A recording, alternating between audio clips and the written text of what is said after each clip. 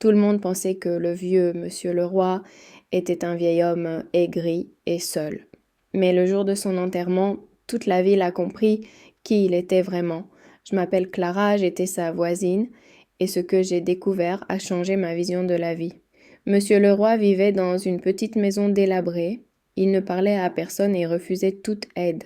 Les enfants du quartier avaient peur de lui et les adultes l'ignoraient. Quand il est décédé, le mois dernier, j'étais la seule à me rendre à son domicile avec la police pour identifier ses affaires.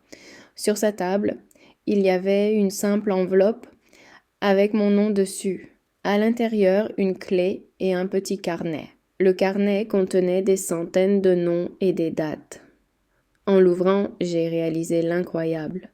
Pendant 40 ans, Monsieur Leroy avait utilisé toute sa petite retraite pour payer anonymement les dettes de cantine des enfants pauvres de l'école locale, les factures de chauffage des veuves du quartier et les médicaments des plus démunis.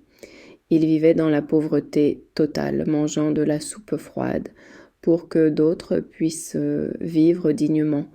La clé ouvrait un vieux coffre rempli de lettres de remerciement adressées à un bienfaiteur anonyme. Il n'avait jamais voulu de reconnaissance. Le jour de ses obsèques, je pensais être seule. Mais quand je suis arrivée au cimetière, il y avait des centaines de personnes, des mères de famille, des étudiants, des commerçants.